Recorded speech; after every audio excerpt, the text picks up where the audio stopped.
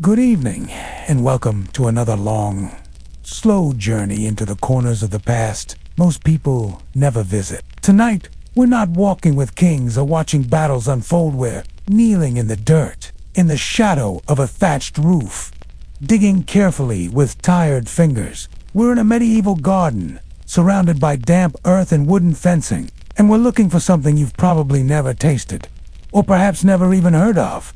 It's called not quite a carrot, not quite a parsnip. Skirret was once a prized vegetable across Europe, sweet enough to roast, tender enough to mash, and hearty enough to survive the cold. It thrived in monastic gardens, peasant plots, and noble estates alike.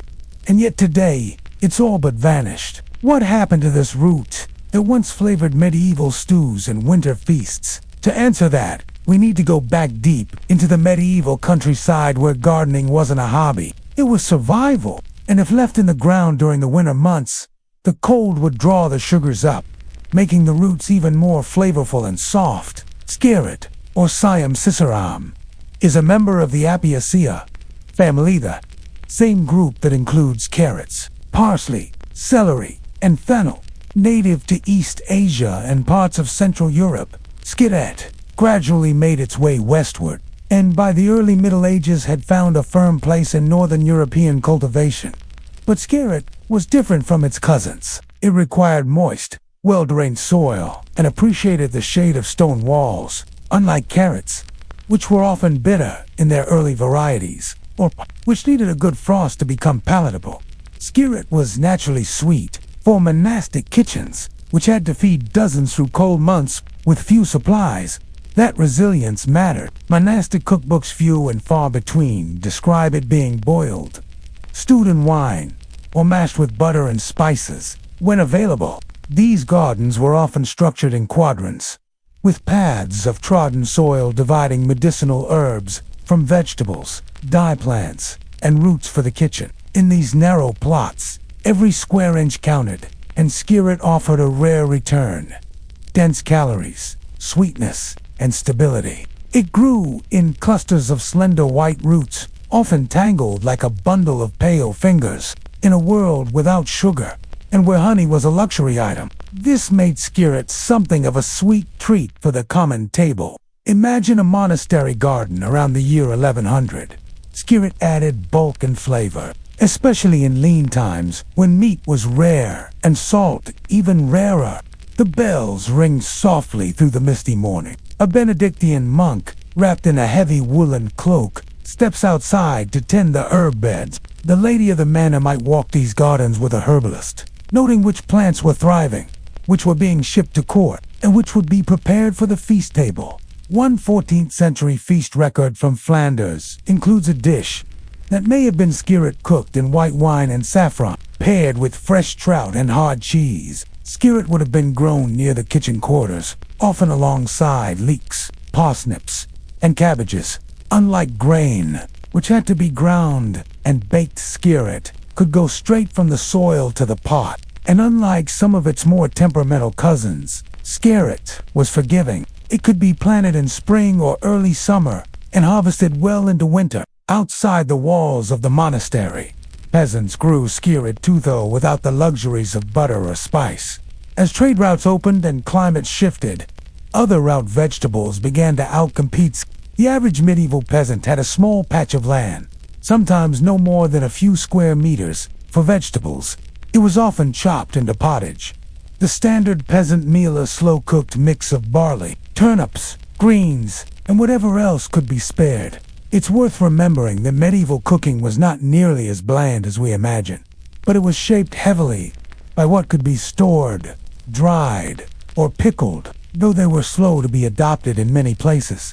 Once they were accepted, they transformed European diets. Fresh vegetables were prized in season, but roots like skirret were precious in winter. It often had a woody core, and if not harvested at just the right time, it could turn fibrous. And so, in cold months, when fields lay dormant and hunger loomed, a handful of skirret could brighten a bowl of gray porridge. In noble estates, skirret enjoyed a different status. Though peasant and noble sometimes grew the same plants, the presentation and intent were very different. The kitchen gardens of a 13th century manor would be larger, more ordered, and filled with exotic varietals collected from travels and trade. Scarret, in this context, might be boiled gently in almond milk and honey, or roasted alongside eel and fennel. It was both familiar and elevated, a root for the poor and, yet elegant enough for the rich.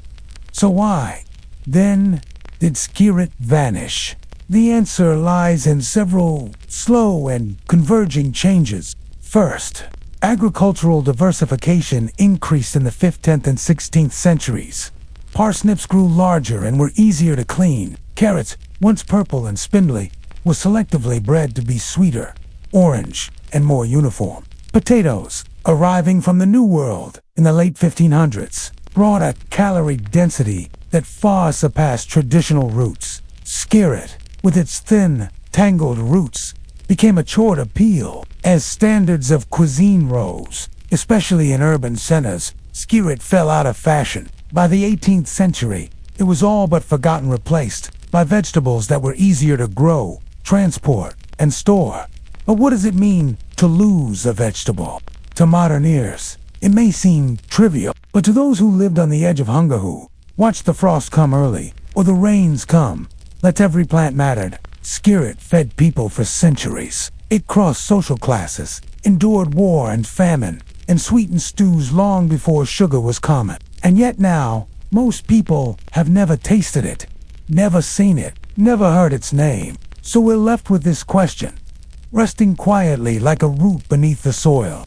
Let's return, now, to the soft soil of a medieval cloister. You can almost hear the steady rhythm of sandals on stone, the rustling of woolen habits, and the distant clang of iron against iron from the blacksmith's corner. But deeper in the back garden, just beyond the herbs and the raised beds of leeks and chard, you'll find rows of tangled green shoots, lightly bushy, somewhat ragged, and not immediately remarkable. This is scarret in mid. The plant has delicate white blossoms and fine leaves, almost like a cross between wild fennel and carrot tops. And below the surface, out of sight, its roots grow clustered like pale ropes in the dark. His famous Capitulaire de Villiers royal decree, issued around 800 CE, listed more than 90 plants to be cultivated on imperial estates, among them scarret. But tonight, we're not just observing scarret, we're learning how it was tended, understood, and taught. Because the medieval cultivation of scarret wasn't guesswork. It was part of a slow, inherited science of soil, carefully passed down through manuals, monastic tradition, and local custom. Their rule emphasized labor as a form of devotion, and tending the garden was a favored task for many monks. Medieval herbal texts that describe the medicinal and culinary properties of plants frequently included. In the Carolingian period, rulers like Charlemagne helped standardize and promote agriculture across their realms. Scarret roots were prone to forking or tough cores if the soil was compacted or too dry. This decree helped to preserve knowledge of scarret cultivation across a fragmented post-Roman Europe. It appears under its Latin name, Caesar, and is grouped with other roots and vegetables considered essential for a self-sufficient estate. If the monastery had access to fish or river mud, these were sometimes worked into the soil for nutrients. A few healthy plants would be selected each year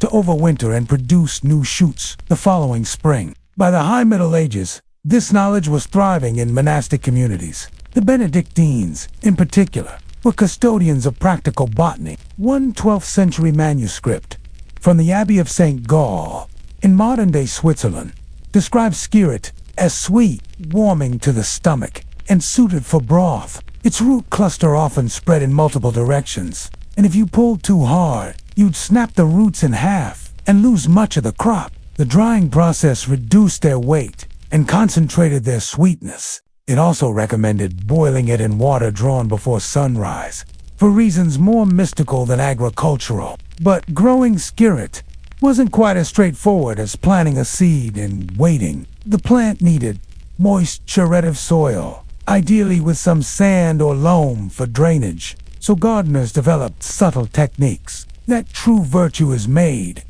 by pressure, patience, and time. Beds would be double dug, with compost and manure from nearby stables turned into the lower layers. Skirret could be sown from seed, but more often it was propagated by root division. That was the sign it was time to bury the roots for sweetness. This method allowed for selective breeding, choosing the sweetest, least woody roots to create stronger lines over time. Harvesting skirret also required attention. It couldn't simply be yanked from the ground like a carrot, so gardeners used small spades, trowels, or even curved knives to gently tease the roots out, shaking the dirt loose in wide baskets or woven trays, which may refer to a mix of parsnip skirrets and salsify cooked in fat and spiced wine. The harvested roots would be washed in barrels, trimmed with knives, and either cooked fresh or dried for use during winter. And here's an interesting detail. Skirret roots were often strung together with twine, bundled like herbs, and hung from beams or rafters away from rats and damp. Some households would even grind the dried roots into a coarse flour to stretch winter stores or thicken broths. The role of skirret in medieval diets wasn't only practical, it had symbolic meaning too.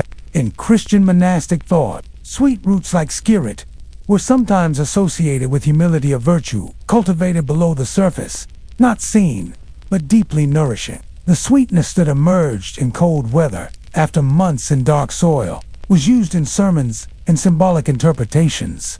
The message, whether these interpretations were universal or local, is difficult to say, but surviving texts show that skirret had more than just culinary value. Outside the monastery and small farming villages, skirret held its place too. Oral traditions passed from grandmother to granddaughter describe when to sow it, when the starlings come early and the frost bites late. Local lore advised planting it near streams or shaded slopes, and some even believed that if skirret was sown during a waxing moon, it would grow longer and sweeter. Superstition, perhaps, but this was also a time when observation filled the place of science and trial and error shaped generational wisdom. Skirret also appeared in medieval cookery. The Farm of Cury, a 14th century English cookbook compiled by the master cooks of King Richard II, includes a dish called suet of roots. Elsewhere in the records of Flemish abbeys, there are receipts for white roots and almond milk, a Lenten dish that used dried skirret when meat and dairy were forbidden. During Lent, Advent, and other fasts, root vegetables like skirret became central to the medieval diet, offering calories without breaking dietary rules. By the late Middle Ages, as towns grew and market economies expanded, skirret began to appear in urban records as well. It was sometimes sold in open-air markets, bundled like herbs or turnips, though not as commonly as onions or cabbages. In wealthier households, kitchen gardeners were instructed to grow a variety of roots, and skirret was favored for stews and sweet sauces. There is even evidence that early apothecaries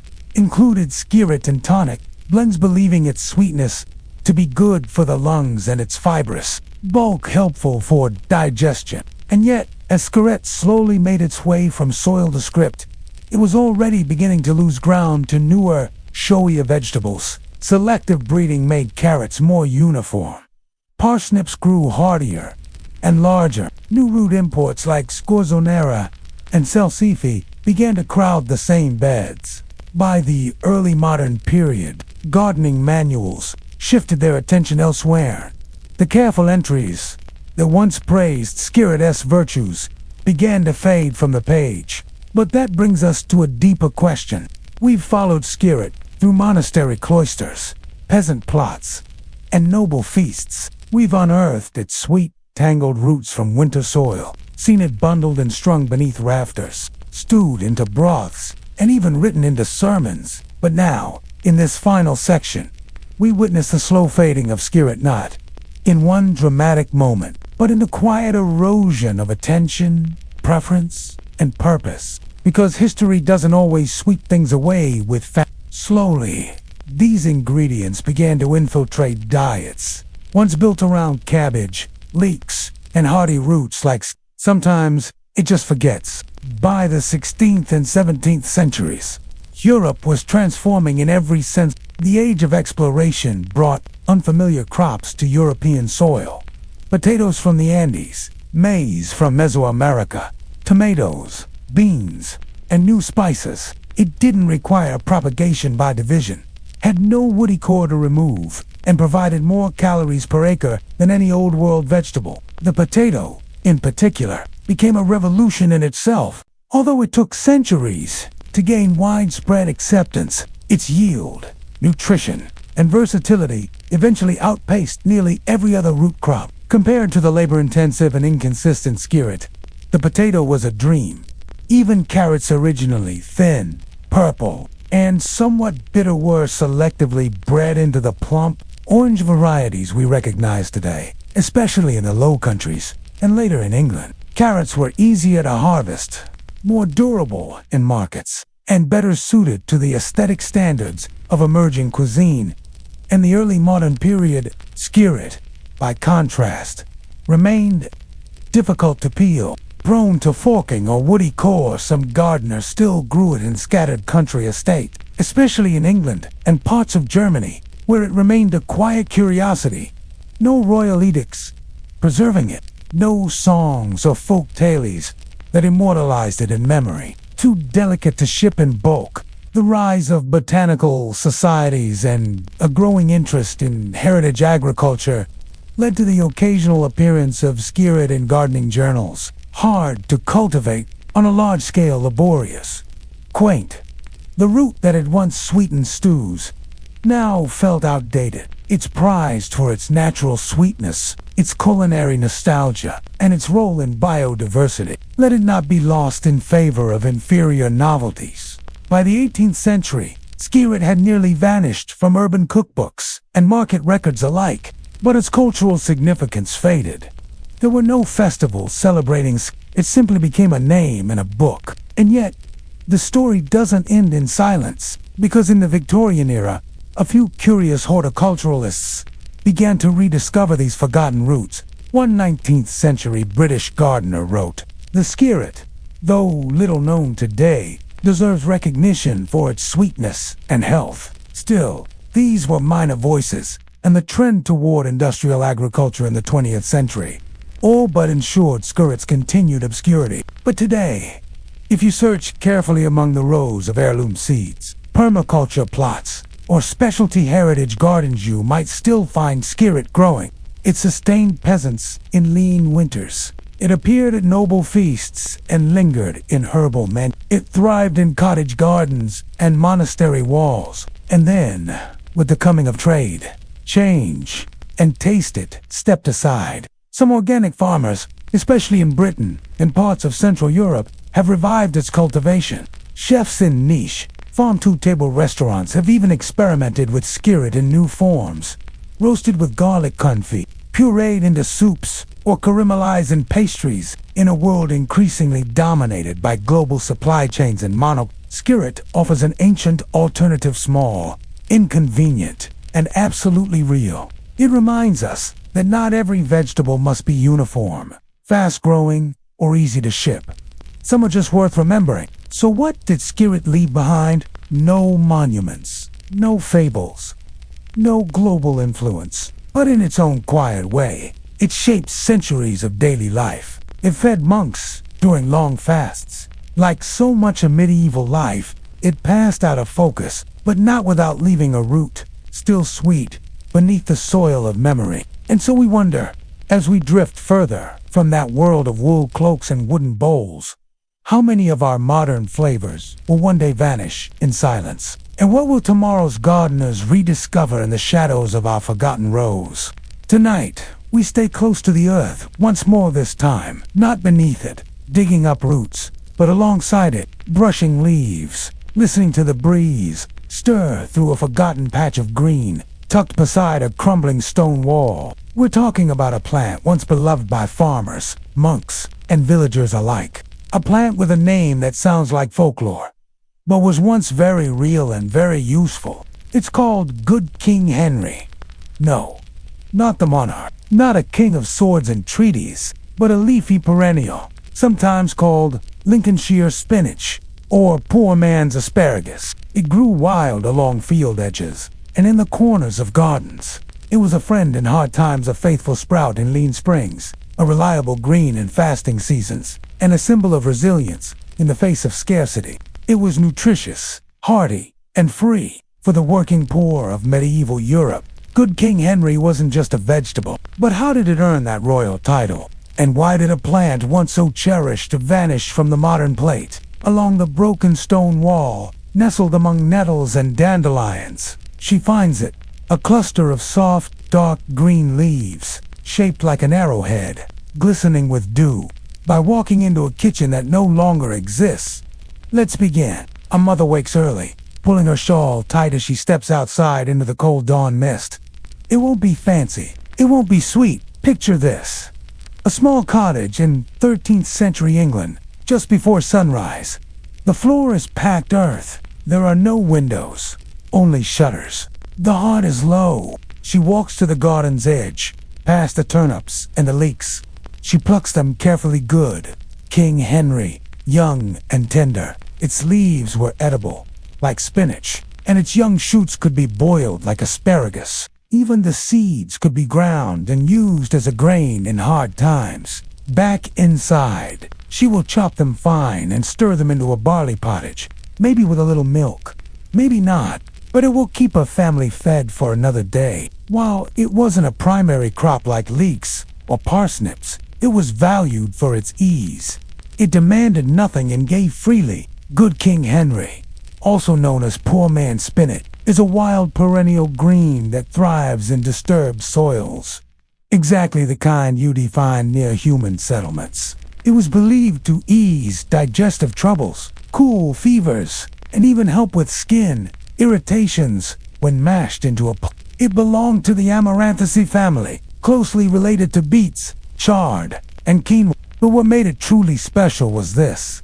It grew without cultivation. It required no seed saving. Others suggest the name was simply folkloric shorthand away to elevate the humble plant with a noble title, bestowing dignity on something otherwise overlooked. It returned year after year, and it appeared early in the season when nothing else had yet sprouted. This made it an essential crop for subsistence farmers, especially those with limited space, poor soil, or few tools. In monastic gardens, good King Henry was often allowed to grow wild at the margins. In some 13th and 14th century herbals, it appears under names like all good or smearwort, and was praised for its medicinal properties. They were affectionate, tied to memory, tradition, and utility. And of course, it was edible. In early spring when supplies were low, and the fields had not yet begun to yield, good King Henry was a dependable ally. It may not have been glamorous, but it grew when you needed it most. The plant's common name, good King Henry, likely emerged later in the medieval period, perhaps even in early modern England. The Henry in question is not a clear historical figure, though some theories connect it to King Henry IV, known for his modesty and attention to commoners. It is not uncommon in folk tradition to give good or kingly names to useful things, and that's what made it valuable. Consider, if you had a fence post or a patch of trodden ground, you could probably harvest a handful. Poor man's bread, and its seeds were small and time-consuming to gather. Queen of the Meadow, King's Cure-All. These names weren't always literal. Good King Henry earned its name not by decree, but by quiet service. Across Europe, particularly in England, France, and the Alpine regions, this wild vegetable had dozens of local names. Spearwurtel. Urban markets grow. The idea of eating something wild becomes less charming and more rustic, or even backward.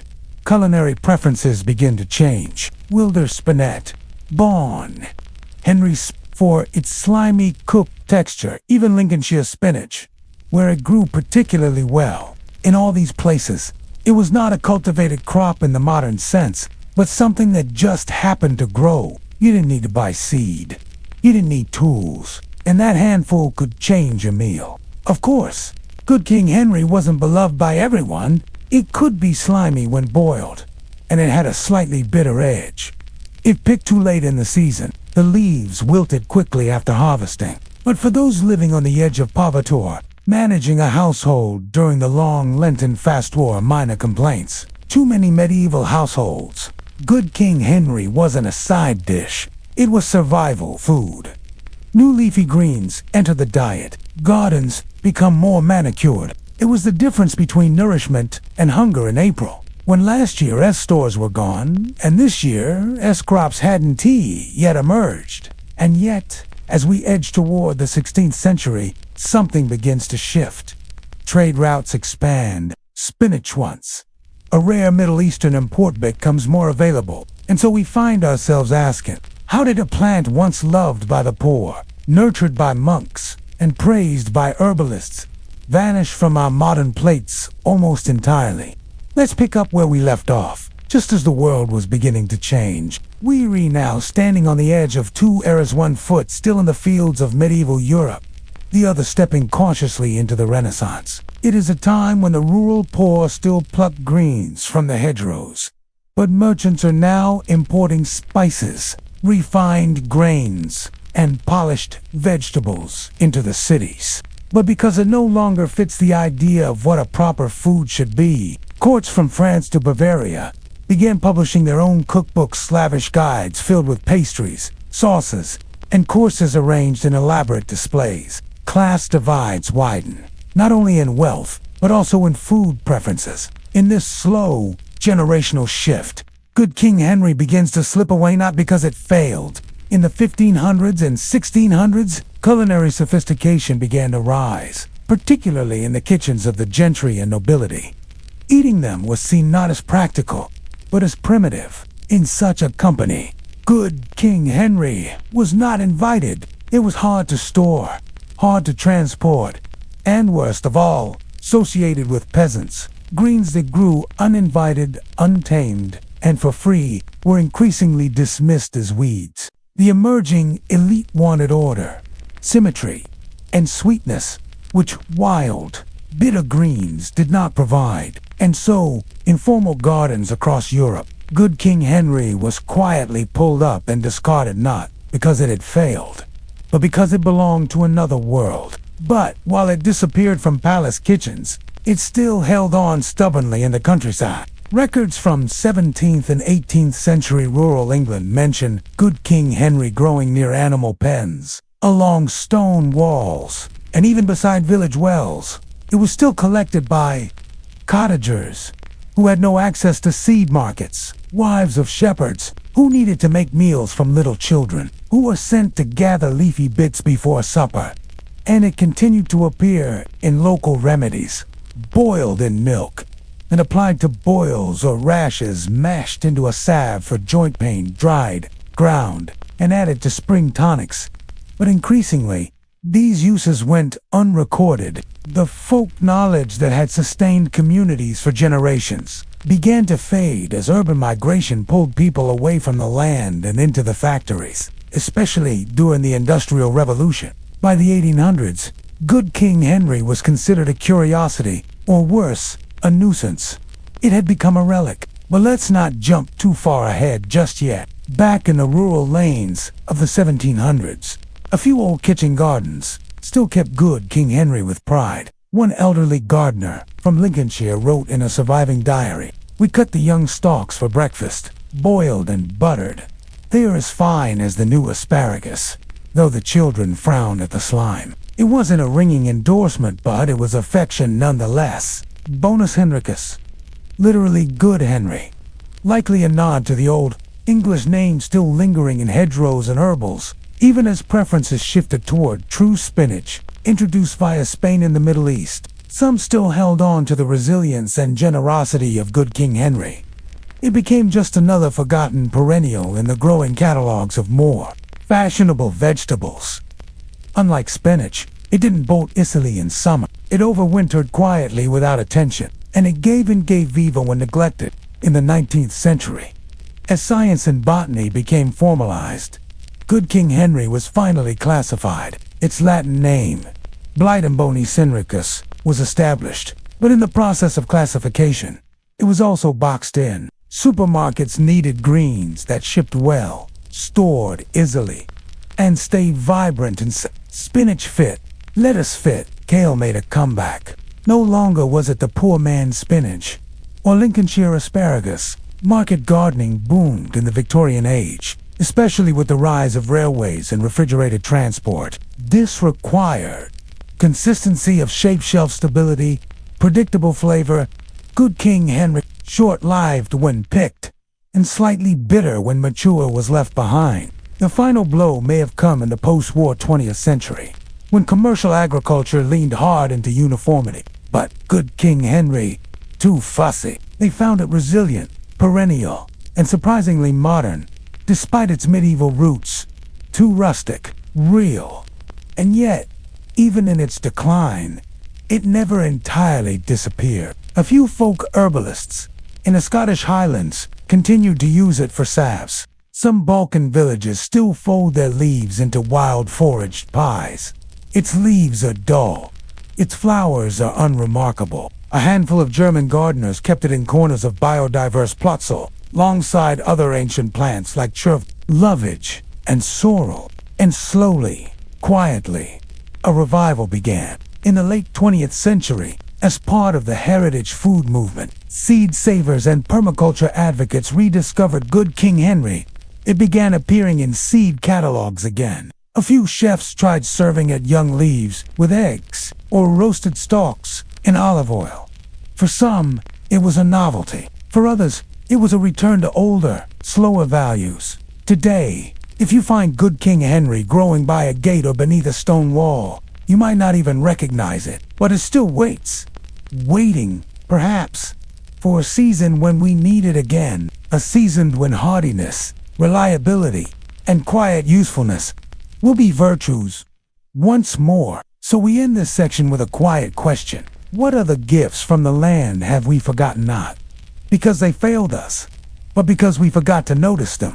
Let us walk one last time down the garden paths of memory, where the morning mist still clings to the leaves, and the low hum of bees dances over the nettles and dock. Here, among the brambles and stone edges, Good King Henry still grows quietly, patiently, waiting. This final section is not about how the plant disappeared, but about how it endured, and how it may yet return again, because the story of Good King Henry doesn't end with its decline. It turns slowly, quietly, with the rhythms of seasons, and the quiet reawakening of heritage food. In the late 20th and early 21st centuries, a subtle shift began across Europe and North America. People, tired of industrial food systems, started looking backwards toward older varieties, heirloom seeds, and forgotten methods of cultivation. And in that dusty box of forgotten vegetables, Good King Henry waited. Its first real reappearance came not through chefs or markets, but through seed exchanges and folk herbalists. A few organic seed catalogs in the UK and Germany began offering it under nostalgic names: Old Garden Spinach, Perennial Goosefoot, or simply Good King Henry. Gardeners in search of hardy, perennial vegetables were charmed by its reliability. It could survive when a frost come back year after year, with no replanting, unlike kale or chard. It didn't photograph well on Instagram. It didn't shine in salads, provide both leafy greens and asparagus-like shoots. It was like a time traveler from the past, useful and indifferent to modern tastes. But modern cooks were skeptical at first. Many home gardeners found the leaves a bit bitter, and the sliminess of the cooked stalks off. And yet, for those willing to treat it on its own terms, it began to reveal itself. In early spring, the young stalks, harvested before flowering, tasted almost like asparagus when lightly steamed or grilled. The young leaves, picked early in the season, were tender and mild, more spinach-like, especially when with butter and garlic. Some gardeners even interplanted it with fruit trees or rhubarb to mimic medieval garden structures. And for the curious or committed, even the seeds, tiny and dark, could be ground into a bitter flour and used in historical cooking experiments. One London chef even featured a seasonal dish, pan-seared lamb, with Good King Henry and pickled walnut. It wasn't about it was about rediscovery.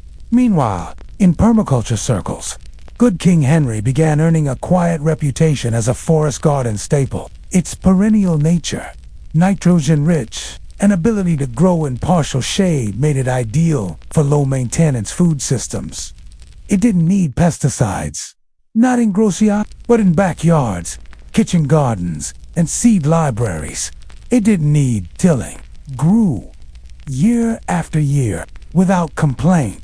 And so the old king began to rise again, not in palaces. It returned, not as a symbol of royalty, but as a symbol of resilience, of slow food, of generational memory. So what does good King Henry teach us? It teaches us that usefulness does not always mean marketability, that nutrition does not always come packaged or pretty, that sometimes the best foods are those we've ignored the longest, simply because they did not shout to be seen. It reminds us that survival often depends not on the novel, but on the old, faithful things that ask little and give much. Perhaps someday a child will once again pick Good King. Henry leaves from the edge of the garden and asks, "Why is it called that?" And maybe someone will answer, "Because it's good, and because it's always been there." So as we leave the world of this forgotten perennial, let's end with one final question. What other names have we whispered to the weeds only to discover, too late, that they were our oldest friends? Settle in, friend. The winds outside may still rattle the thatch and whistle through the shutters, but inside, we return once more to the warmth of the hearth. Tonight, we turn our gaze to a root once beloved, essential, and utterly ordinary, yet largely overlooked today. Before the rise of the potato, before steamed mash and French fries, it was the parsnip, a comfort food and sometimes even a sweet tree tall, rolled into one frost-kissed vegetable, long, slightly twisted, often mistaken now for an anemic carrot, a tail not of glory or conquest but of survival. But in medieval and early modern Europe, this humble root wasn't a garnish or a side dish. It was a lifeline, a winter staple. Parsnips filled a crucial role. They carried families through the hungry months, when the larders ran low and the fields still slept beneath snow. It has been consumed since ancient times, known to the Greeks and Romans, who prized it for its sweet flavor, especially when touched by frost, which converts its starches into sugars. So how did this sweet, starchy root dominate the table for centuries, only to be cast into the margins when a foreign tuber arrived on ships from the New World? Let's begin with its rise. The parsnip is a plant native to Europe and Western Asia. By the early medieval period, parsnips were already a common field crop across the British Isles, Germany, France, and beyond.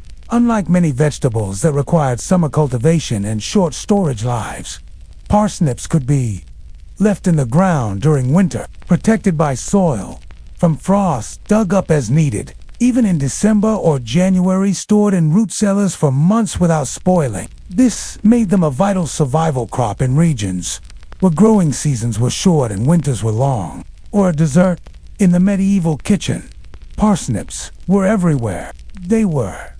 A dish of mashed parsnip with almond milk was both satisfying and in keeping with religious practice. Boiled in pottages with barley and dried peas, mashed with butter and mixed with herbs, physicians believed it aided digestion and improved stamina, especially in the cold months. Roasted in the coals for feast days, it filled bellies when other crops failed. It grew well in poor soils, and it asked little in return: a shovel, patience, and a bit of frost. Added to meat stews for both flavor and thickness, even fermented into wine, or boiled into a sweet syrup used in baking. In fact, many peasants would sow them in marginal land at the edges of grain fields, or in low, moist soils where other crops struggled. That's right, parsnips weren't just savory. In the absence of refined sugar, they were sometimes used to sweeten cakes and bread. A parsnip could be a meal. The form of curry, a 14th century English cookbook, includes recipes that likely used parsnips under general terms like white roots or They were particularly prized during Lent, when meat and dairy were forbidden. But beyond the table, the parsnip also had a place in medicine and folk belief. In some 12th century herbals, the parsnip was described as a warming food, good for wind in the belly, and for strengthening the seed of man. Folk stories, especially in the British Isles, claimed that children born after a winter of good parsnip harvests were strong in the legs and laughed as they were too reliable, too ordinary, and too essential to be poetic. Superstitions aside, it's not hard to see why the parsnip became synonymous with winter nourishment. Some accounts even describe pigs being trained to sniff out the best parsnips. More often than not, those roots were quickly harvested by humans instead. Agriculturally, the parsnip had many advantages over other vegetables of the time. Others thought it was an aphrodisiac or a tool of witches. Compared to leeks or cabbages, it needed less maintenance, was more frost-hardy, produced larger, more caloric roots per square foot. Parsnips could be grown in open fields, monastery gardens, or cottage plots alike. It was not unusual for families to plant enough parsnip in autumn to last them through 6 months of winter and early spring. Children were sent to fetch white roots in the snow, often with a hooked stick to pry them loose. Was it simply outperformed, or was it a victim of its own ordinance? And unlike more temperamental vegetables, parsnips didn't need fencing, watering, or trellising. They didn't attract thieves. No one bragged about their parsnip patch, but everyone was grateful when it was full. This humility may be part of why parsnips were so little celebrated. There are no medieval songs about parsnips, no saints of the parsnip, and no royal decrees about perfect parsnip shape. And yet, in every cold season, they quietly saved lives. But by the 17th century, change was coming. Trade with the Americas introduced a new tuber, the potato. At first, it was a novelty. Some called it poisonous, but slowly, especially in Ireland, Scotland, and Central Europe, the potato began to take over. It was even more caloric than the parsnip. It grew in poor soil, and crucially it could be stored, transported, and cooked in more versatile ways. The parsnip began its quiet retreat, but that leaves us with a question we'll explore in the next section. Why did the so loved and depended upon for centuries lose its throne? Let's return to the fields. But now the winds feel different. The earth is still dark and furrowed. The hedges still hum with winter's breath. But something has changed quietly at first, then steadily, until even the most traditional farmer notices his neighbor's plot looking different, smoother, more regular, and in spring, more productive. A new tuber has arrived, the potato. It was familiar, versatile, and sweet after frost. It grew deep in cold soil, storing energy in long taproots that could be pulled from the ground well into March. And though it would take generations to fully dethrone the parsnip, the change had begun. The parsnip had, until this point, served European peasants and elites alike as a dependable, starchy food. But by the mid-17th century, it had met its match not through combat, but through quiet replacement. The potato, native to the Andes Mountains of South America, had been brought to Europe by Spanish explorers in the 16th century. Initially, it was cultivated in botanical gardens, more for curiosity than as a crop. Some saw it as exotic, others feared it. Yet over time, people began to notice some undeniable facts. Potatoes produced more food per acre than parsnips. Entire populations began to rely on it, not just seasonally, but yet they could thrive in poor soils. With fewer inputs, their storage qualities were unmatched. They filled the belly densely, reliably, cheaply. In places like Ireland, where land holdings shrank and grain became harder to access, the potato became a miracle. Compared to the parsnip, the potato was easier to dig, less prone to pest damage, faster to prepare, and more neutral in flavor, adapting to sweet or savory dishes. In short, it was everything the parsnip was, and more. And so began the steady cultural shift. Parsnips, once the default root for winter nourishment, slowly became peasant food, then old-fashioned, and finally, just ignored.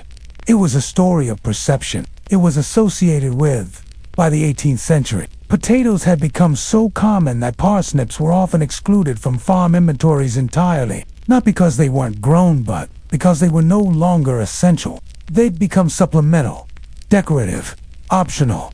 Even in the countryside, where older practices lingered longer, farmers began reducing parsnip plantings in favor of potatoes, which could be planted in greater quantities and sold at market. Parsnips required more space, more time, and their yield, while flavorful, could not compete with a full bed of robust tubers tied to an older world. But this wasn't just a story of agriculture. The potato came to symbolize modern efficiency. Recipes that once listed parsnips as a primary ingredient now use them only as an optional flavoring or leave them out entirely. Progress, trade, and empire. In some parts of Scotland, they were still used in soups and broths. And in France, they held on longer in the countryside, especially in Normandy and Brittany, where farmers mixed them with celeriac and turnips for stews. Scientific agriculture. Parsnips, by contrast, felt like a relic. Manual labor, hard cooking, poor man's suppers, in cookbooks from the 18th and 19th centuries. You begin to see this shift. Some authors even suggest replacing parsnips with potatoes for better satisfaction. And yet, parsnips did not vanish entirely. In rural England, they remained a Sunday roast staple, especially in winter. But as the Industrial Revolution accelerated and urbanization spread, fewer and fewer people remembered how to grow parsnips at all. They were slow to mature, glazed with honey or tossed in dripping.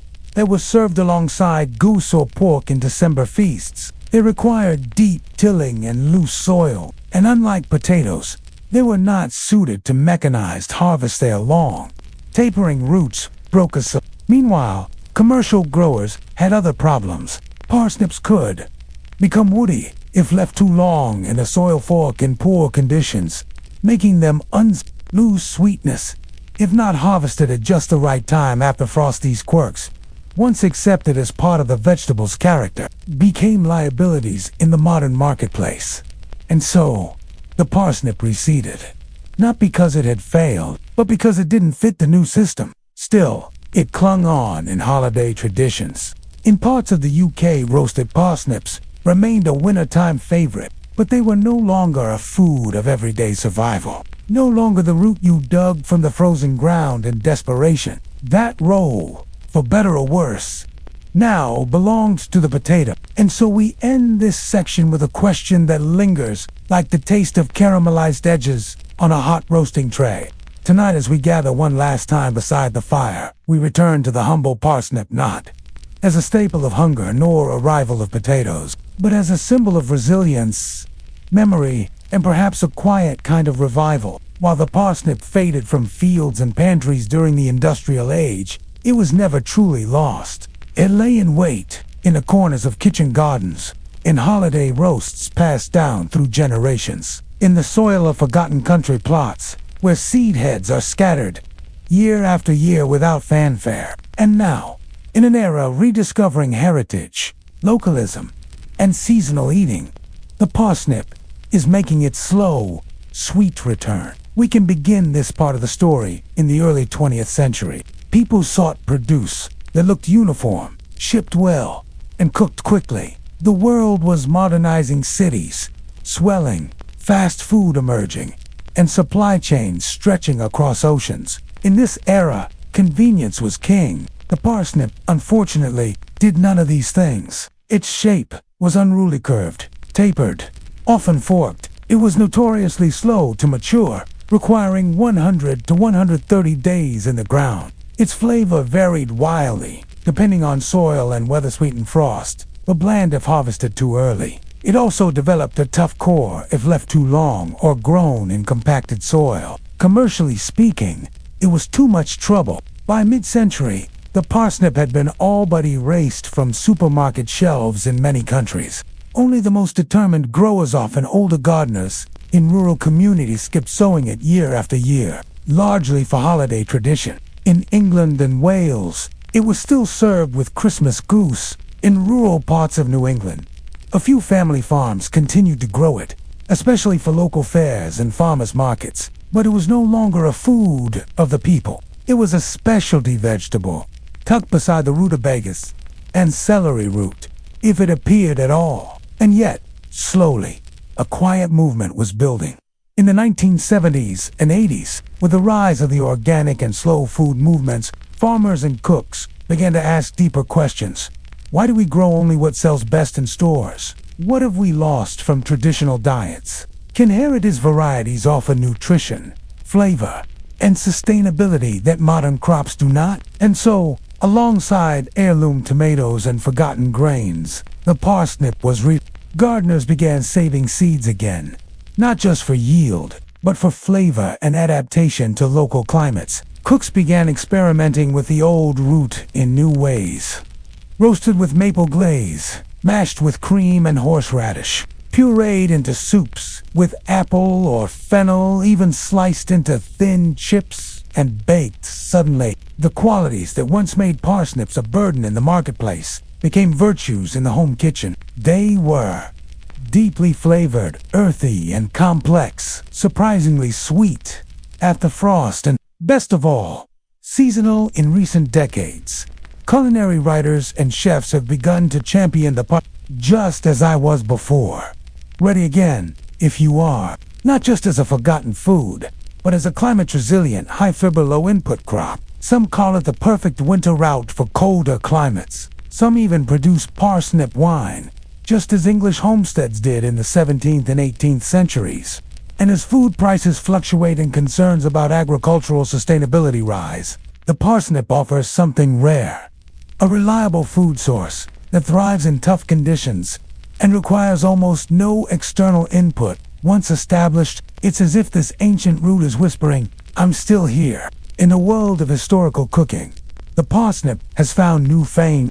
Reenactment villages, medieval festivals, and historical farms now include parsnips in their authentic winter menus. A few artisans have revived parsnip preserves boiled with honey or fermented slightly into spreads, and health-conscious eaters appreciate their high-fiber, rich potassium content, low glycemic index, and suitability for those avoiding grains or potatoes. They're even gluten-free, medieval and modern at once. But more than any of that, the parsnip carries with it a memory of frost-covered fields, of mothers stirring root stew on Lenten Fridays, of lean seasons made just a bit easier by one stubborn, pale root that clung to life underground and asked nothing but a spade and a little time. So what does this story of decline and return tell us? It reminds us that progress isn't always forward, that sometimes the best food is not the newest or the most efficient, but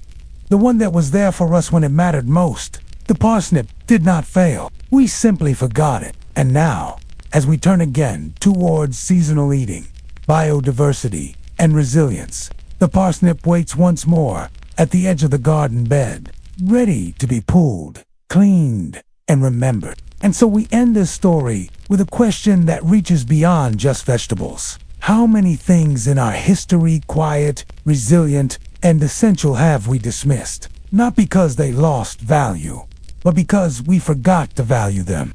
Let's begin again gently, slowly, by stepping into the hush of a Tudor garden. Imagine the late afternoon light slanting through the orchard, the low hum of bees, and the clipped hedges that outline neat beds of herbs and vegetables. Past the sage and tansy, near the rows of leeks and violets, grows something a bit unruly. Its stems are stiff and hollow, rising knee-high, bearing clusters of small white flowers. But the treasure is below. Beneath the soil lies a hidden root, long, tangled, slender, roots like pale fingers woven in the dark earth. Today, hardly anyone grows it. Fewer still have tasted it. But once, especially during the Tudor period, scarlet was a prized garden vegetable, celebrated for its natural sweetness, its tender texture, and its fit for royalty. Tonight, let us trace the gentle arc of this forgotten plant, from the royal banquets of Tudor England to its quiet decline and its faint whisper of return. A fitting name as the root's starchy fibers turn notably sweet after cooking, a quality that stood out in eras when refined sugar was rare and expensive. The name skirit likely derives from the Dutch zoeterwortel, meaning sugar root, but unlike its relatives, skirit grows in clusters of thin, tapering roots rather than a single core. Skirit is part of the umbellifer, familiar cousin to carrots, parsnips, and celery. Each plant can produce a tangled bunch of roots, some thick and juicy, others hair-thin, all with a subtle fragrance of peppery sugar. Cooked, they are said to resemble a mild parsnip, crossed with a water chestnut. Crisp, sweet, and slightly earthy. It is likely that skirit was brought to England by the Romans, though records of it become clearer in the Middle Ages, especially in monastic gardens. It was believed to nourish much, engender good blood, and cause. By the 5th, 10th, and 16th centuries, skirit was thriving in royal and noble plots. Henry VIII's court physicians listed it as both a food and a medicine. In the kitchens of Tudor England, skirit might be boiled and buttered as a side dish, fried in batter like fritters, pickled in brine or vinegar, added to rich pottages thickened with barley or ale, or grated and mixed with honey. For an early form of root pudding, it had to be peeled carefully, as the skin could be fibrous. Cookbooks from the late 1500s describe skirit as a staple of the garden, used as commonly as carrots in households of status. It was especially loved during Lent, when meat was restricted and sweet vegetables offered comfort. Once pulled from the ground, it wilted quickly and lost flavor. This meant it was a local vegetable, dependent on proximity and fresh harvest. Yet skirit was not without its quirks. It needed deep, loose soil to grow properly. If crowded, its roots became thin and stringy. And worst of all, for a growing empire of trade and speed, it did not travel well. Unlike potatoes or turnips, skirit had a short shelf life.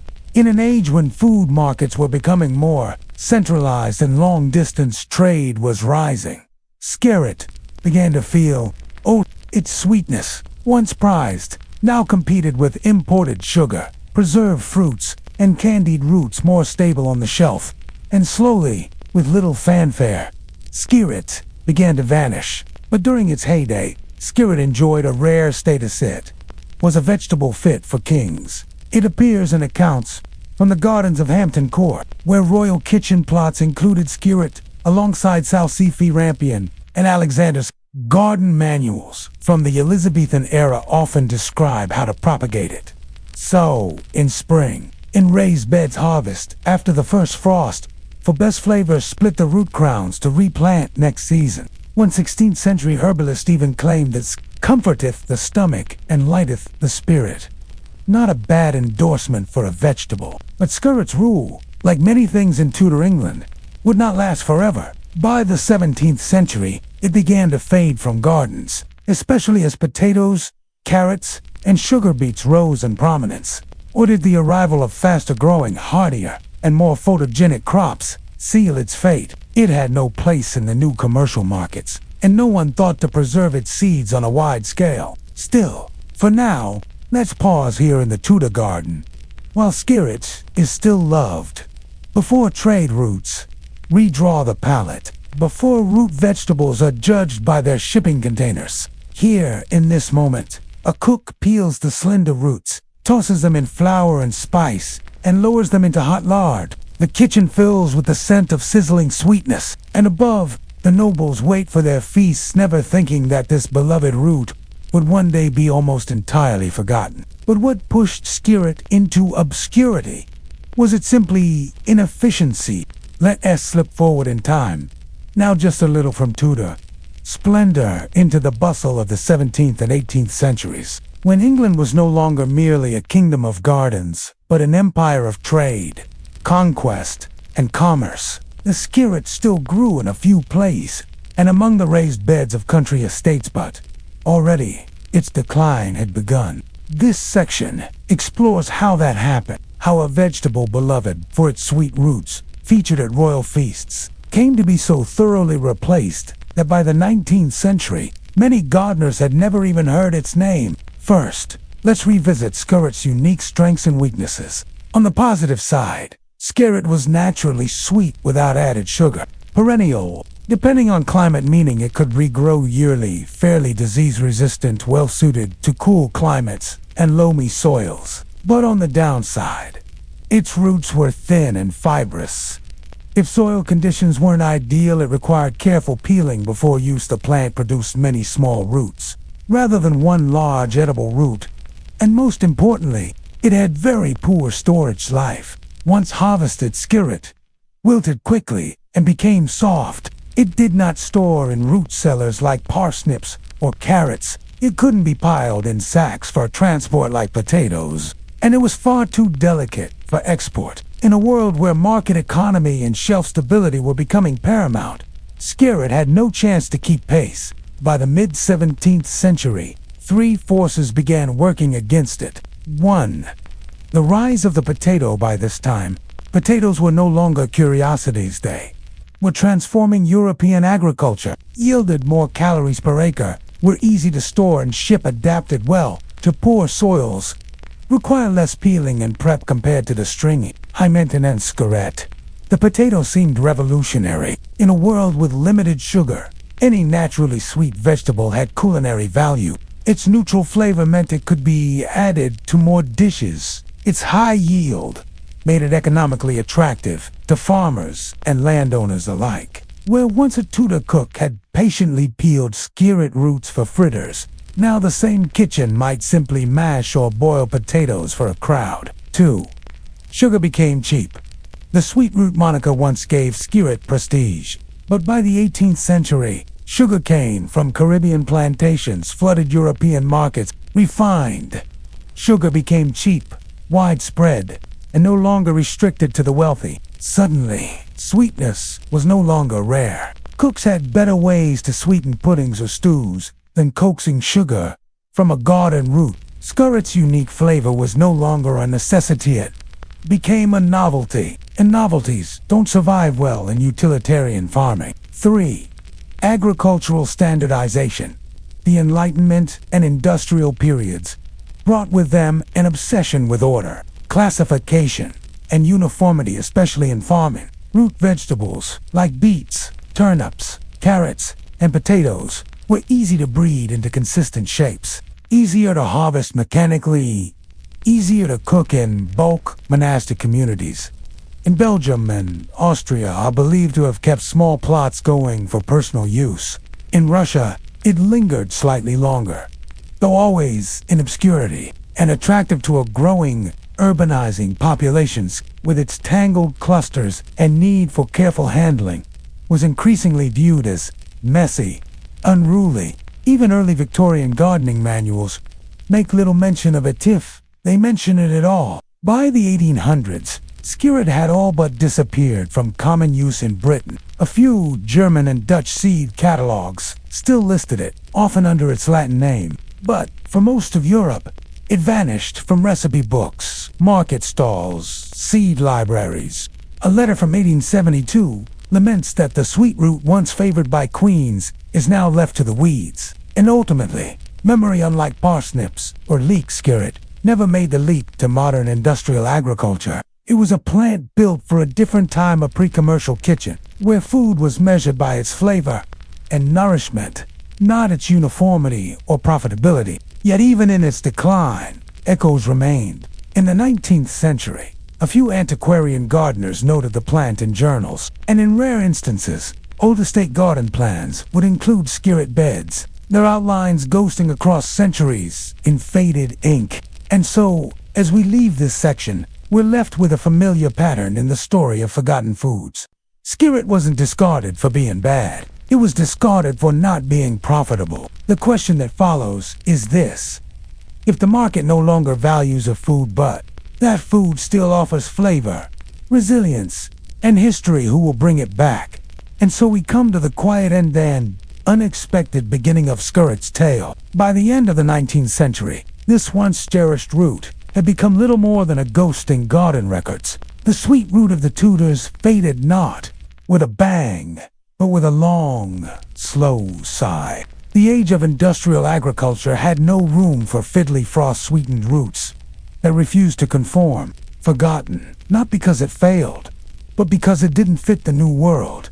But history, like gardening, is cyclical. And as the 21st century dawned, and with it a new wave of interest in forgotten food, sustainability, and historical cooking skirts stirred in the soil again. It began, as many resurgences do, with the curious amateur historians, heritage seed savers, medieval experimental chefs, gardeners with more curiosity than efficiency on their mind. Scarrot began to pop up again in.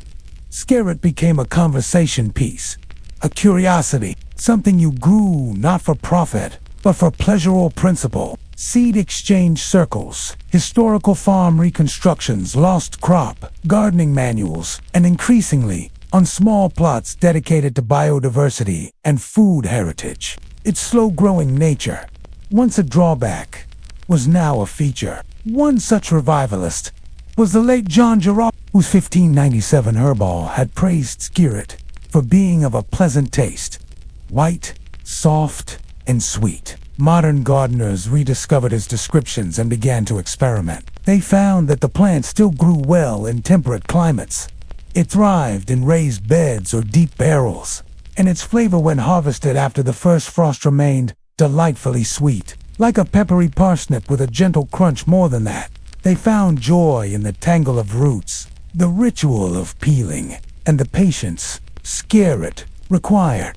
In an age of fast food, it was a reminder of slowness, care, and tradition. And so, from Cornwall to Kentucky, scarrot began appearing in experimental root roasts. And to a time when vegetables weren't commodities, but companions through the seasons. Seasonal farm-to-table dinners, heirloom vegetable boxers, historical kitchen gardens curated for education and taste. Restaurants like the Lost Supper in Wales and the Cloister Table in the U.S. featured dishes like scarrot root fritters with rosemary, honey-creamed scarrot mash with nutmeg, scarrot with shallots, and cider vinegar reduction. Each dish served not just as nourishment, but as a story, a connection to kitchens long since silenced, to gardeners long buried.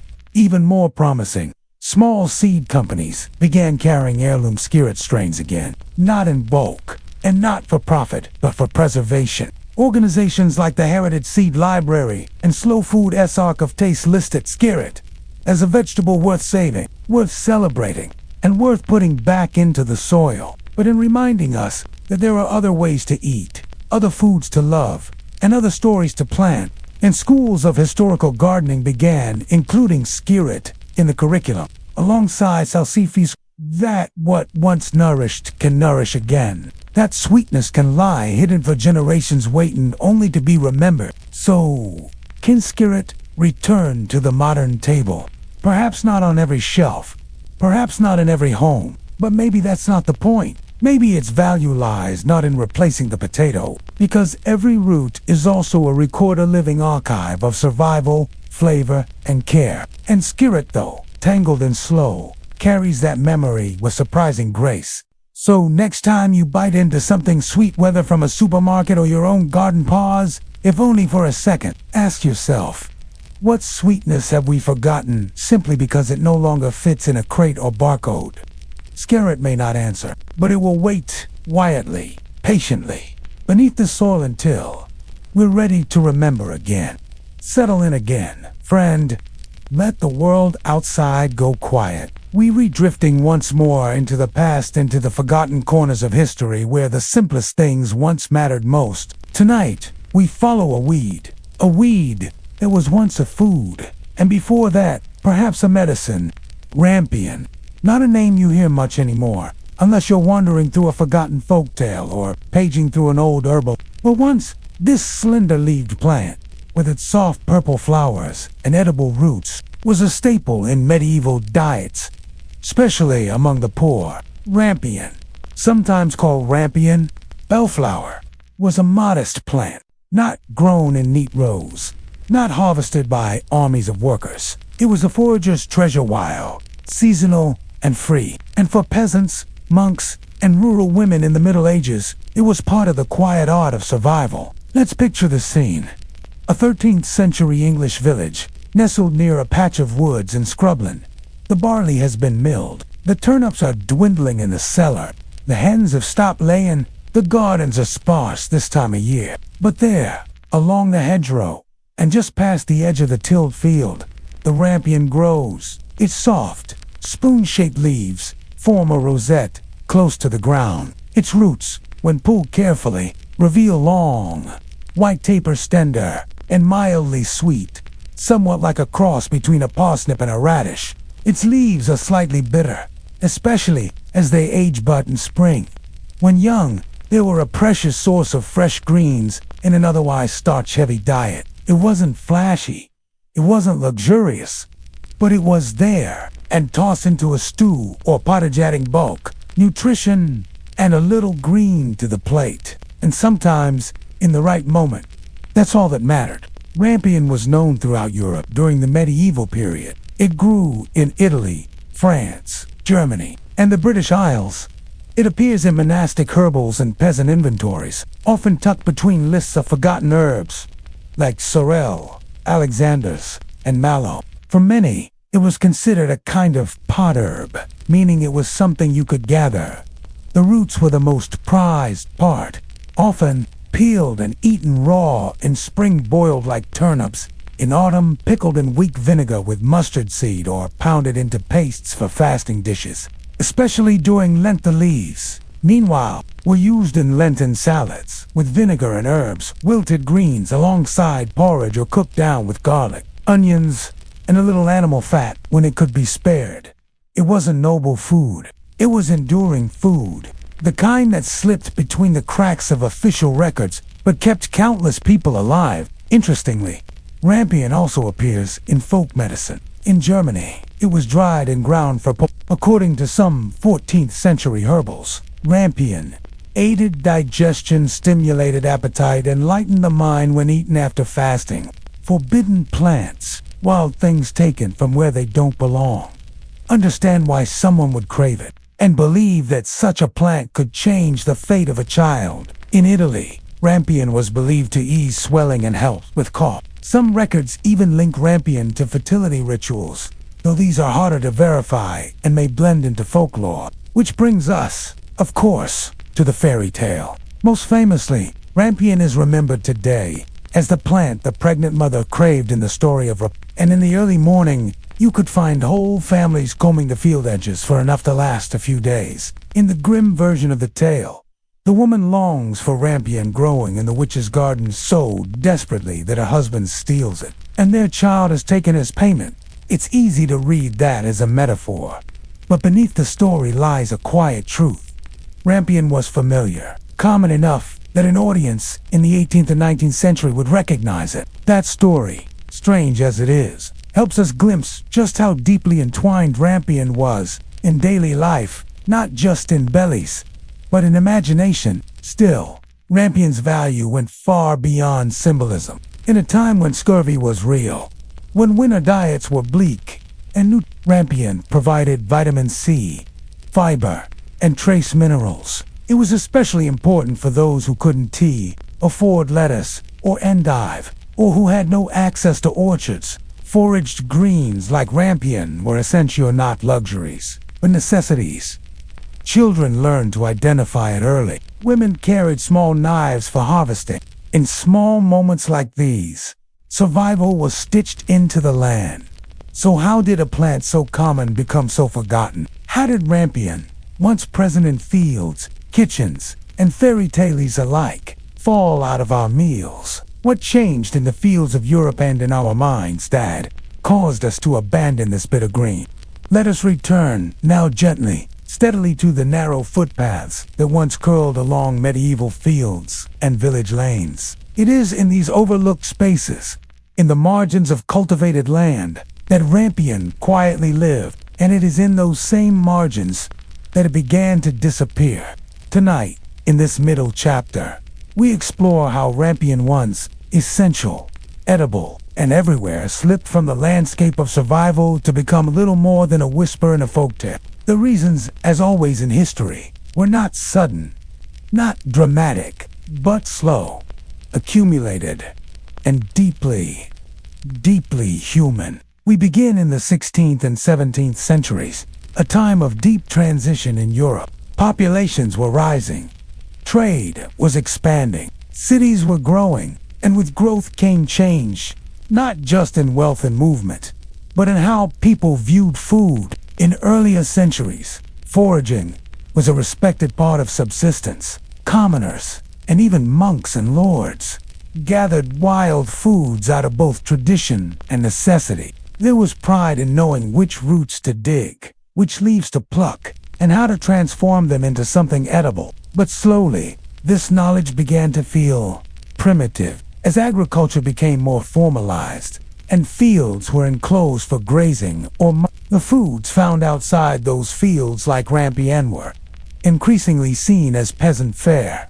In some places, landowners even banned foraging outright, protecting their hedges and commons under new property laws. The rampion, which had always existed in those shared in-between spaces, now grew without a legal home. It was no longer welcome in pastures, no longer grown in ordered kitchen gardens, and slowly, no longer eaten at all. Then came the rise of global trade, and with it, new vegetables and salads. Lettuces, once rare in medieval Europe, became more common, selectively bred for tenderness and shape. Endives, chicories, arugula, and other cultivated greens, with their appealing looks and reliable yields, began to replace bitter wild herbs in both elite and middle-class kitchens. Rampion, with its uneven leaves and unpredictable bitterness, simply could not compete. Even in its best season, it didn't look the part.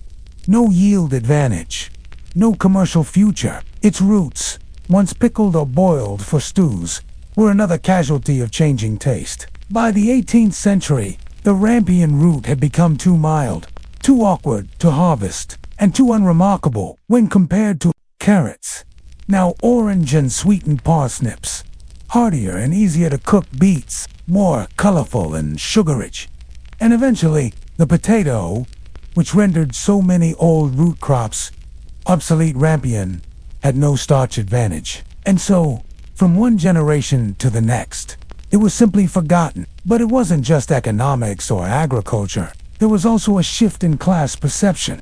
In the Age of Enlightenment and early modern science, wild foods became associated with poverty, superstition, and ignorance. Gathering rampion, once seen as thrifty and seasonal, was rebranded as desperate and backward. A housewife who served rampion salad in 1500 was practical.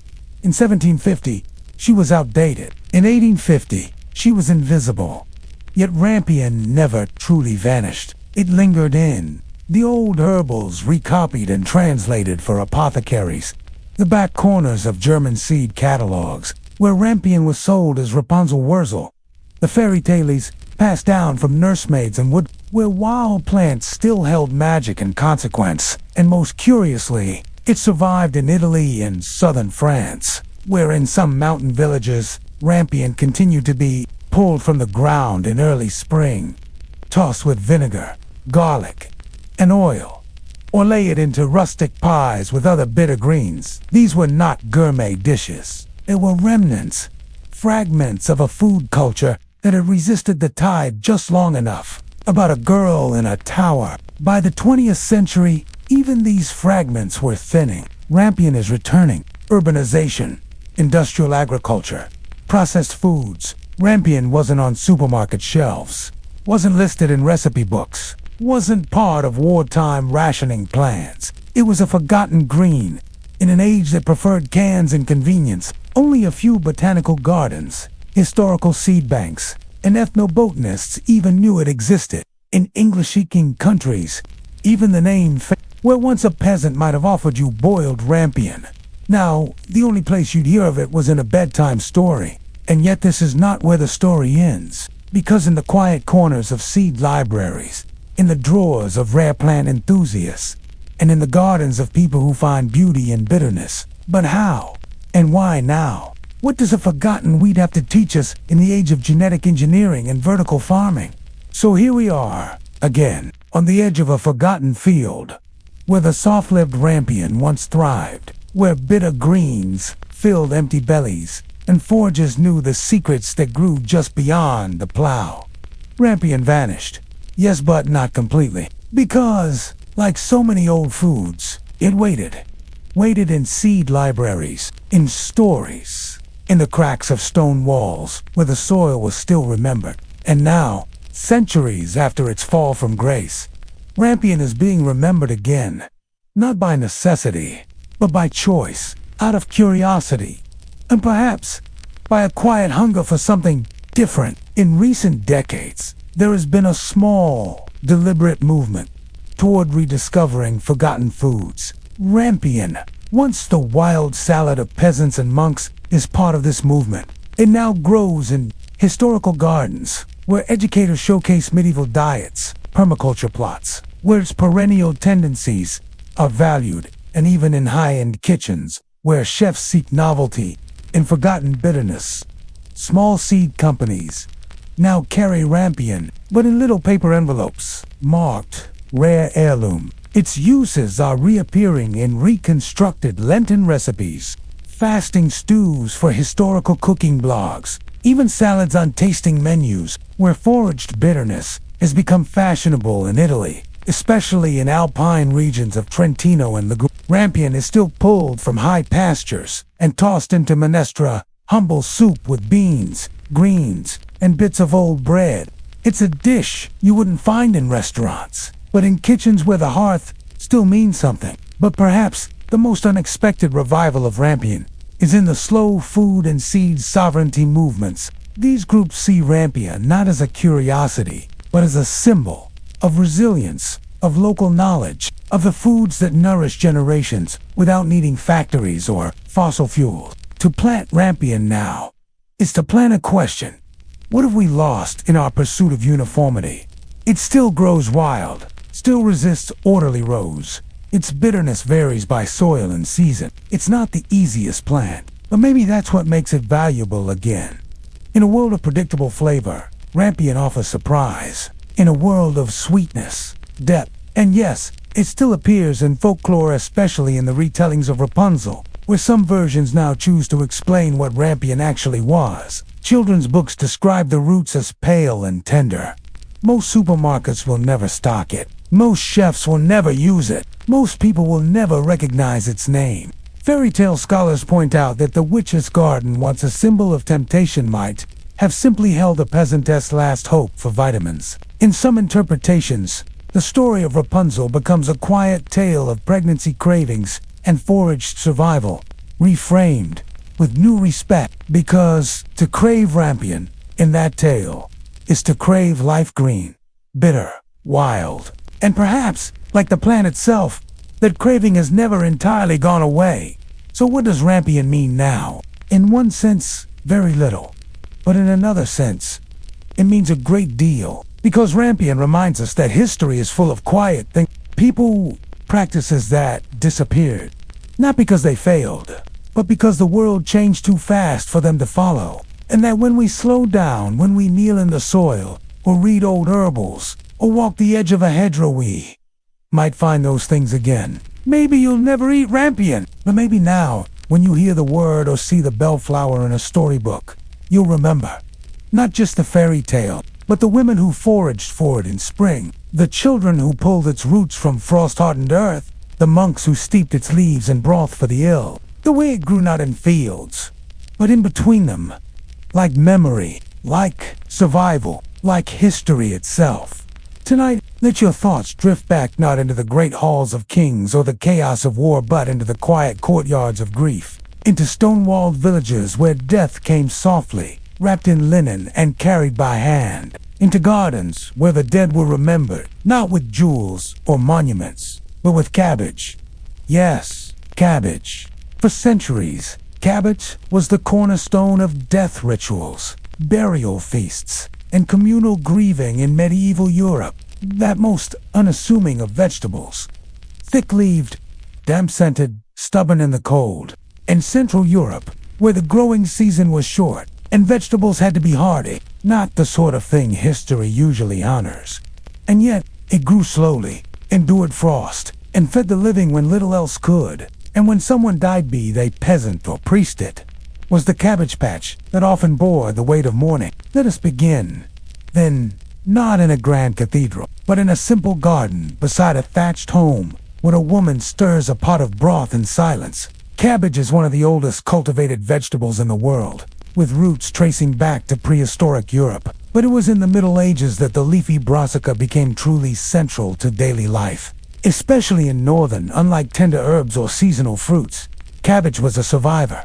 It thrived in cold, damp climates. It could be planted late and still flourish, and lasted 4 weeks in storage. Especially when salted or fermented, it appeared in nearly every kitchen garden, from monastic cloisters to the tiniest tenant farm. But its real value wasn't just culinary, it was ritualistic. Always humble, and perhaps always appropriate. Cabbage was one of the key foods used in wakes and mourning meals, burial feasts held by the family or the parish, offerings to the dead left on grave sites, and even in funeral payments to clergy and neighbors. It came from below, grew in cold soil, and reminded the living that life returned even after death. Why cabbage? Because it was always available. In the Anglo-Saxon period, sources tell us that when someone died, it was customary to feed the body in solar practice, known as the soul meal or soul-s feast. These were meals cooked in the presence of the deceased or shortly after burial, meant to both honor the departed and comfort the living.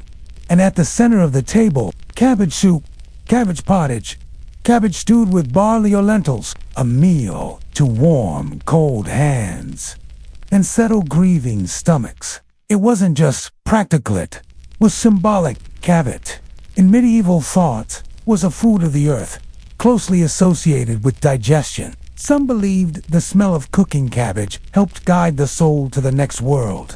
Others thought it comforted the dead themselves, who lingered for a time among the familiar smells of hearth and home. We find records from 12th century monastic orders that speak of greens for the souls, listing cabbage as an acceptable offering for the deceased brethren. In certain French parishes, it was customary to deliver cooked cabbage and black bread to the family of the deceased, who would then host a community meal in silence. And in parts of rural Germany, the dead were honored not with flowers, but with small bowls of pickled cabbages or kraut left outside the door or at the grave, so that their spirit might taste familiar sourness one last time. Cabbage, as a result, became tied to mourning foodways across cultures. It wasn't fancy, it wasn't rare, but it was constant. And in a world where death came often and early, people came to trust the foods that stayed when everything else fell away. There are quiet stories hidden in these rituals, of widows who kept a cabbage boiling until the mourners left, of monks who grew brassicas in long, tidy rows behind cloisters, knowing they would serve both the living and the dying, of midwives who also acted as death watchers, bringing cabbage stews to the bereaved, or boiling the leaves to wrap aching limbs, of children who remembered funerals, not by what was said, but by the smell in the air. Cabbage was never the focus of these moments, but it was always present, and that presence shaped memory. One especially curious note appears in a 14th century English household roll, where a burial feast is described in detail. And for the meal, we did serve the broth of 3 heads, bitter with garlic and black bread, taken after dusk with no music. 3 heads here likely refers to cabbage, not animals. It suggests that cabbage was not just a side dish, but the meal itself, economical, warm, and quietly appropriate for the occasion. No fanfare, no spice, just sustenance. But as we've seen in the stories before, this one, cabbage's place in ritual, was not permanent. In Section 2, we'll explore how cabbage began to shift from sacred to mundane, from the morning table to the dinner table, from symbol to side dish. We'll follow it through fermentation, superstition, medicine, and class divisions, watching how this most ordinary of vegetables helped shape not only diets, but also how people process death itself. So as you settle deeper into rest, let this simple thought remain. What does it mean when the same plant can feed both the living and the dead? Would you like to continue to Section 2 of Story 6? cabbage for the dead burial feasts, and kitchen gardens, a modest one, likely iron or earthenware, sitting on the edge of a stone hearth. Its scent is sharp, sour, and earthy, the aroma of cabbage, in slow transformation, from the ritual of remembrance to the routines of survival. 4. Cabbage. Once a mourner's dish, would soon become something else entirely, a symbol of continuity, class, and kitchen economy. In this second chapter, we drift gently from the sacred into the ordinary. But first, how did it leave the funeral table, and why did the world stop treating it with such reverence? By the 15th and 16th centuries, burial practices across Europe were changing. Urbanization and plague-forced cities to formalize death, shifting mourning away from communal, food-based rituals and into regulated services, church burials, and written remembrance. The idea of death as a shared, edible experience of eating cabbage stew, to tether the living to the soul of the departed, began to fade. This wasn't sudden. In rural villages, the practice lingered much longer. But in towns and noble estates, morning food was replaced by prayers, candles, and coins. Cabbage, however, remained, not as a symbol but as sustenance. As the rituals waned, the vegetable stayed, moving quietly from death food to life food, from holy offering to household staple. And here lies the strange duality of cabbage in history.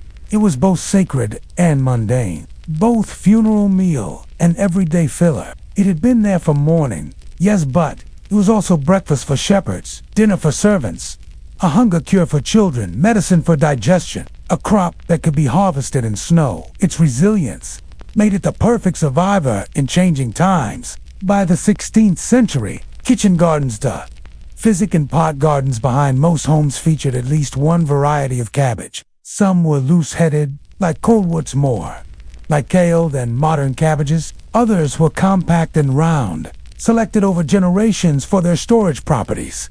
They weren't just food, they were a kind of currency of care. A garden full of cabbages was a visible sign of household prudence. In monastic records, we see this evolution clearly. A 1522 record from a Benedictine priory in France describes rows of coleworts grown for broth to be taken at midday on fasting days, and for the poor who grieved. Even as morning meals faded, monks continued to distribute cabbage soup to the sick and bereaved, a holdover from older customs, now framed as charity. Similarly, hospital inventories in London list cabbage among the most essential staples, served not for ceremony, but for sustenance. Soft boiled for toothless mouths, mashed with butter for recovering patients, fomented with salt for preservation through long winters, from sacred to secular, from symbol to soup. Then came fermentation, perhaps cabbage's most enduring transformation. In Eastern Europe and German-speaking lands, the 16th and 17th centuries saw a boom in sauerkraut production. Though basic fermentation had long existed, these communities refined it, turning cabbage into a shelf-stable staple, a probiotic medicine, a crucial food for sailors and armies, preventing scurvy on long voyages. It was no longer just a village. Visibility was a strategic crop. Military records from the Prussian army mentioned cabbage stores as vital as gunpowder. In Napoleonic France, cabbage was prescribed to regiments for digestion and morale. Even Captain Cook, during his explorations, brought barrels of fermented cabbage to feed his men, choosing it over salted meat for long-term survival. It accepted whatever fat or salt was available. It adapted. Cabbage had fully transitioned from a morning meal to a logistics commodity. This shift also meant that cabbage became a class marker. By the 18th century, the poor ate cabbage because they had to. It filled the pot. Meanwhile, the wealthy increasingly rejected cabbage, or reserved it only for servants and the sick, where it had once brought people together in grief. Cabbage now divided them in taste. Cookbooks from noble households began to mock stinking brassicas and suggested herbs or imported greens as more refined. And yet even here cabbage endured, in the form of sauerkraut, in cellar-stuffed leaves, in Polish manners, delicately spiced, red cabbage served at Dutch tables. Because despite appearances, it was still one of the most dependable foods in Europe. In this slow, quiet transformation, we see cabbage's true historical power. It adapted, it didn't vanish when grief faded or when wealth turned its nose. It fed the living long after it stopped comforting the dead, and in doing so, it became a mere not just of food culture, but of how societies changed their values. What had once been ritual became routine. What had once been an offering became economy. What had once been a sacred scent in morning became a kitchen smell, lingering after breakfast. But is that really the end of its story? In Section 3, we'll explore how cabbage, in all its forms from peasant plots to fermented barrels, continued shaping memory, medicine, and even folklore. We'll ask, can a food so ordinary still hold sacred echoes? And why does cabbage, even now, still cling to us in moments of vulnerability, illness, recovery, or winter? Would you like to continue to Section 3 of Story 6? Cabbage for the Dead, Burial Feasts, and Kitchen Gardens? So here we are, deep in the folds of memory, where the smell of cabbage still hangs in the air like a fog. Not because anyone's cooking, but because, somehow, it never really left. Cabbage has this quiet way of haunting us, not like a ghost from a darkened hall, but like a stubborn scent, clinging to a wool tunic. Familiar, earthy. How this humble vegetable, grown in mourning and eaten in poverty, became something that still flickers at the edge of our collective memory. In this final chapter, we trace the way cabbage remained not only in the soil and kitchens of Europe, but also in its stories, remedies, and rituals. Because while cabbage lost its role in grand ceremonies, it gained something else: permanence. Let's begin in the folk world, where cabbage always held a strange in-between, place neither sacred nor profane, but undeniably powerful. In Slavic cultures, for example, cabbage was associated with both birth and death. Newborns were found in the cabbage patch. A myth familiar to many, but cabbage was also placed in rooms where the dying lay, believed to absorb the departing soul's discomfort. There is an 18th century Polish superstition that says boiling cabbage in silence could protect the household from illness if someone nearby had died. In German folklore, cabbage left out at night was said to attract the attention of wandering spirits, other times mischief. And in parts of rural Ireland, a bowl of cabbage left on the windowsill after a death could cool the temper of sorrow. No one quite remembered why, but they did it anyway, because cabbage remembered. It also endured in medicine. In pre-modern herbal texts, cabbage was listed for reducing fevers, healing wounds, drawing out infections, easing stomach discomfort, and even quieting the mind. A boiled cabbage leaf, cooled and laid over the forehead, was thought to reduce sorrow or overthinking, especially useful in times of mourning. Physicians from Hildegard of Bingen to Nicholas Culpeper praised cabbage's cooling properties and its ability to drain the humors of melancholy. In this sense, cabbage became not just food for the stomach, but medicine for the soul, a natural sedative of grief. Even when its ceremonial use, fated families still reached for it in moments of need. By the 19th century, cabbage had become a symbol of domestic, and Victorian writers often described working-class homes with phrases like double quotes, ... the everlasting scent of boiled cabbage in the stairwell. What they meant as critique monotony, poverty, the sameness of days was, unintentionally, a recognition of cabbage's constancy. In some places, its price became a barometer for economic suffering. It was still there, even when nothing else was. In letters from World War I, soldiers wrote about missing the smell of home,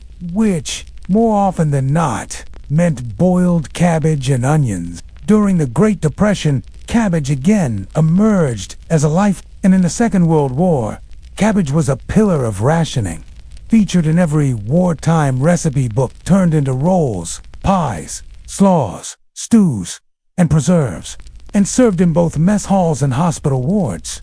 It may not have comforted the dead anymore, but because they never quite stopped doing them, but it still comforted the living. Even now, cabbage maintains a kind of quiet authority. In funeral feasts across Eastern Europe, stuffed cabbage leaves, or halot CR, still served as part of morning meals. Not because people remember the old rituals. Cabbage holds space. It fills the table without drawing attention. It smells like something old, something warm, something enduring. And perhaps that's the point. In a world that keeps changing, growing faster, louder, and more artificial, cabbage remains unapologetically ordinary. And in that ordinariness, it becomes sacred again. So what, in the end, do we make of cabbage? Is it a vegetable, a ritual, a medicine, a memory? Maybe it's all of them. Maybe that's what history is, too. A series of small, repeated acts: stirring a pot, planting a seed, feeding a mourner that, over time, become culture, meaning, identity. And so, the next time you see a head of cabbage, don't laugh, don't wrinkle your nose. Instead, imagine the hands that grew it. Tonight, we return to the soil. Not the elegant gardens of kings or the spice-laden markets of cities, but the cold, stubborn, mud-thick plots of the medieval peasant. The kind of land that didn't yield easily. The kind of harvest that arrived late and with little promise of flavor. And at the center of that story sits the turnip.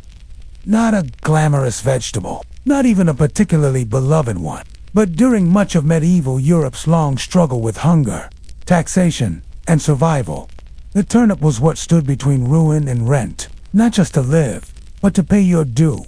Because, in many regions, you didn't just eat turnips, you paid with them. They also owed a portion of their crops, known as tithes, rents in kind, or field dues. Let's begin in the 13th century, in a village nestled deep in feudal Europe, where land wasn't owned by those who worked it, and survival came down to whether the harvest was good enough. In the feudal system, peasants owed more than labor and loyalty to their lord.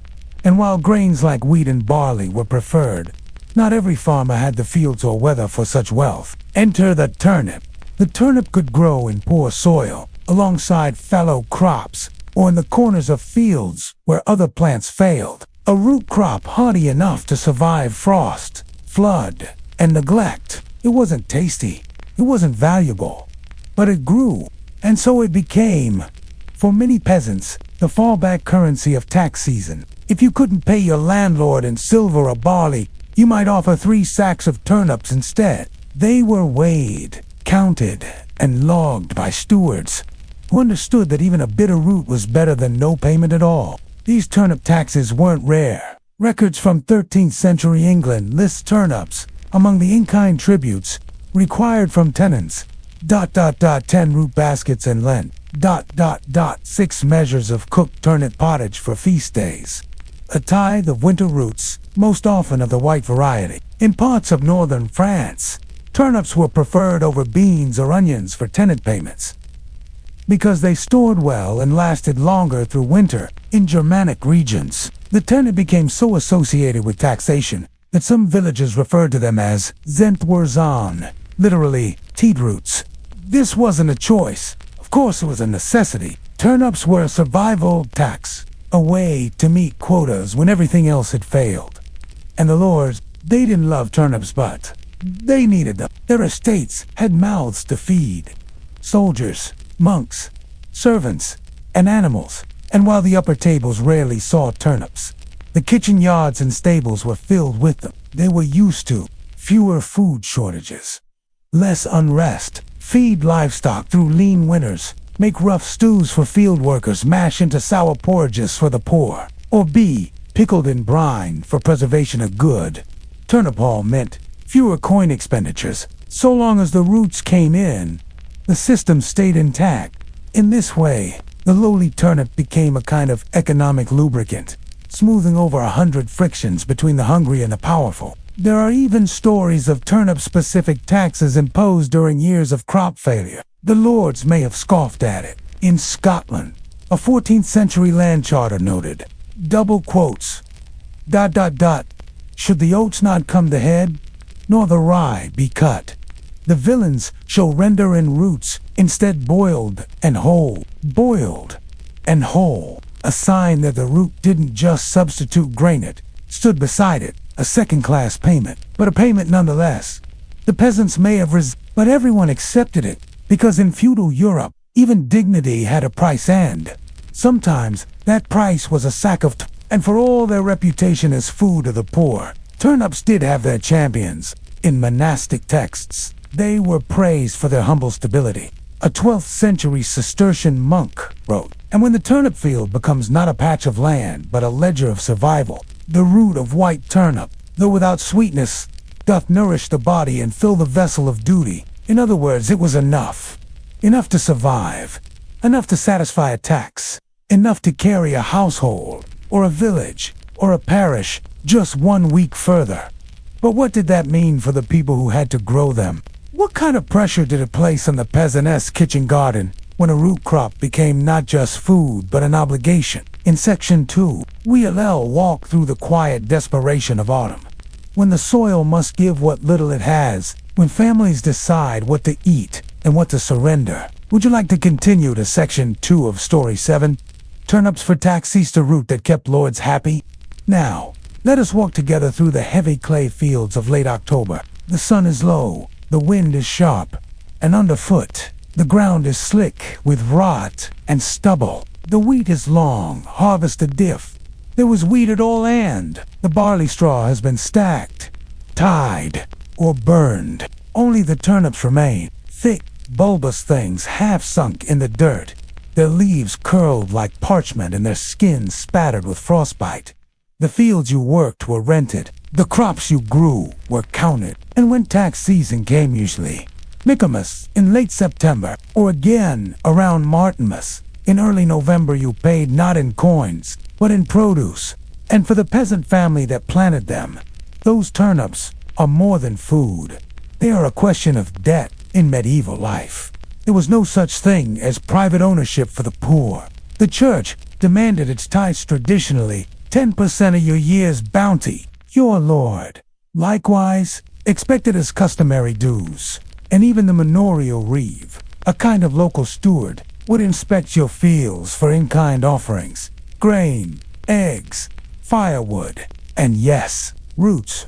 Turnips became essential not because anyone desired them, but because they were always there, the last to be dug, the easiest to count. But here lies the tension. Turnips were also what kept your family alive. In winter, when the stores were thin and the bread was black with chaff, you'd mash boiled turnips with rye, with lard if you had it, or with nothing at all. You'd dry the leaves for fodder and scrape the skins into soup. You'd eat them raw, bitter, and cold, when nothing else could be spared. And so when the reeve knocked at your door, or the parish clerk marked his parchment, you faced a choice. Hand over what little you had and hope winter would be kind, or hold it back and risk penalty, punishment, or eviction. This wasn't a rebellion. The crop was poor, that her lord's beasts had trampled the greens. This was quiet negotiation, written in root crops and firewood. There are records from 14th century East Anglia in which turnip disputes appear beside cases of grain theft and unpaid rents. In one parish, a woman named Agnes Miller was fined for withholding root payment in times of want. She'd argued in court that her children were sick. The steward ruled against her. She paid the debt in salted cabbage borrowed from a neighbor. Turnips, in this case, were currency, and failing to deliver them was no different than shorting a gold coin. And yet, the system persisted because everyone participated in it. The poorest tenants grew turnips in garden plots, and middle peasants sowed them in 3-field rotations, using them to replenish soil nitrogen. Even lords, seeing their value, began to demand them more formally, sometimes offering land access in exchange for a measure of roots per quarter. Some manorial records from 14th century Normandy even specify that turnip dues could substitute labor obligations, meaning a man might avoid a day of field work by delivering a cart of roots. This flexibility was essential because feudalism wasn't designed to be fair. It was designed to function, and turnips, of all things, made it work. The irony is rich, isn't it? That a food so despised in taste was so prized in function. But turnips had virtues others lacked. They grew late, when fields were otherwise bare. They tolerated poor soil, cold nights, and lazy maintenance, and most importantly, they kept long, especially when buried in straw or root cellars for lords. That meant predictability. For peasants, it meant leverage, however small. Larger varieties, like the white globe or purple top, were preferred for tax, but some regions grew long-rooted varieties, called stubble turnips, used primarily as animal fodder. If these were submitted as tax, it was usually considered a partial payment, or half-worth, as listed in several Welsh tenant rolls. And in lean years, turnip taxes could be waived altogether, though usually with strings attached. In exchange, a tenant might owe a second day of laboring in the Lord's fields, a donation to the parish feast, or, in one curious case, from Yorkshire, a song of grief, rendered at the table during Lent. Even in the economy, the ritual of reciprocity mattered. So what did a peasant feel, standing in the field, digging up what he needed just as much as what he owed? Was it bitter resignation, or simply the knowledge that this was the system, and that survival meant playing its rules like a grim kind of board game? Turnips weren't symbols, they were tools, and that makes them more interesting than we often give them credit for. In Section 3, we'll examine how the turnip after centuries as a peasant tax crop rose in status through agrarian reform and industrial innovation, how it helped reshape European farming, fed armies and empires, and even became a political metaphor for poverty and productivity alike. Because the story of the turnip doesn't end in feudalism, it just begins there. The tied barns are quieter, the stewards are fewer, lords no longer pace their halls with parchments marked in baskets of roots. The world has begun to change. We enter the 18th century, a time of enclosure, innovation, and upheaval when agriculture was reshaped not by tradition, but by science. And, unexpectedly, almost absurdly, the turnip found itself at the center of it all. No longer merely a substitute for taxes or a last resort stew, the turnip became the darling of reformers, the hero of crop rotations, and even briefly a symbol of national prosperity.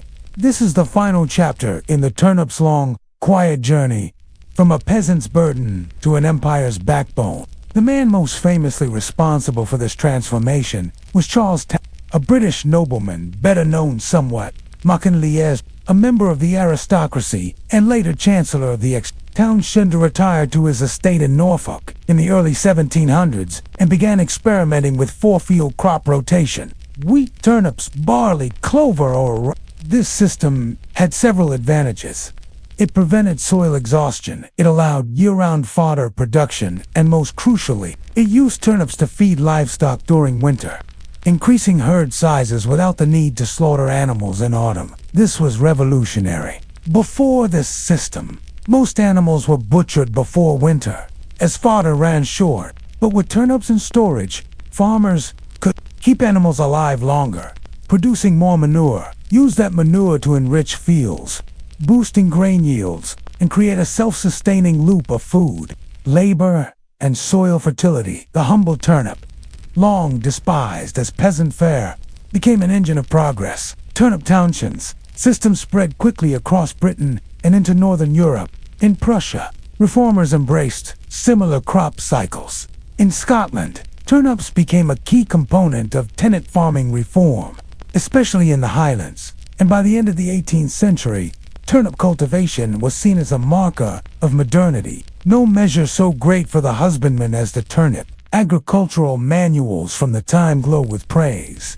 No root is so steadfast in its return. No fodder so fine in frost. Some of these books even include turnip yield tables, experiments in root density, and diagrams of turnip slicers used to prepare winter feed. In short, the turnip became scientific. Farmers competed at markets to show off the largest specimens, some weighing over 20 pounds, and with it came status. What had once been a crop of the desperate now belonged to the progressive estate.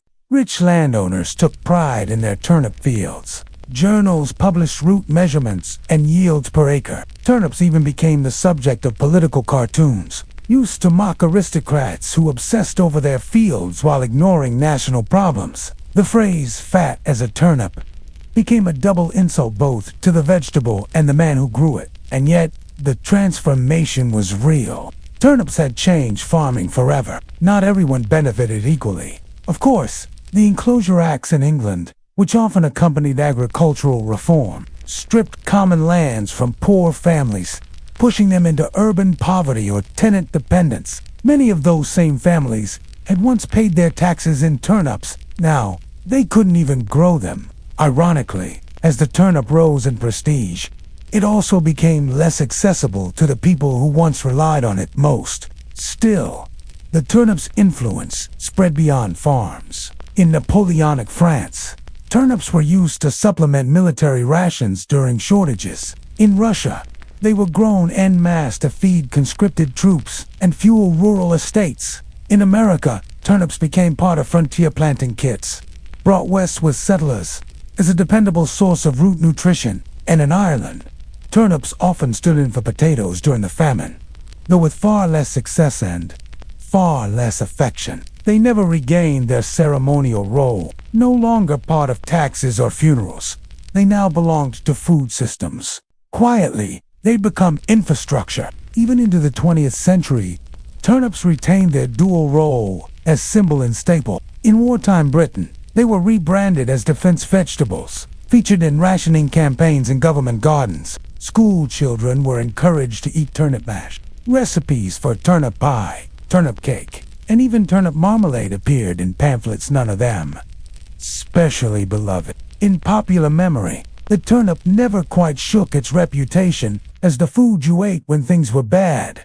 But perhaps that's its legacy. Not glamour, not flavor, but So as we close this story, let's return once more to the field, not to dig, but to reflect. The turnip is still here, after all, in rural corners of Europe, in old recipes, in jokes, in insults, in metaphors. It was once a tax, a lifeline, a tool of reform, an scapegoat for poverty. And somehow, through it all, it never disappeared. So the next time you see one, consider this. What does it mean for a food to be forgettable, but never forgotten? And what else quiet and unloved might be quietly holding history together beneath our feet?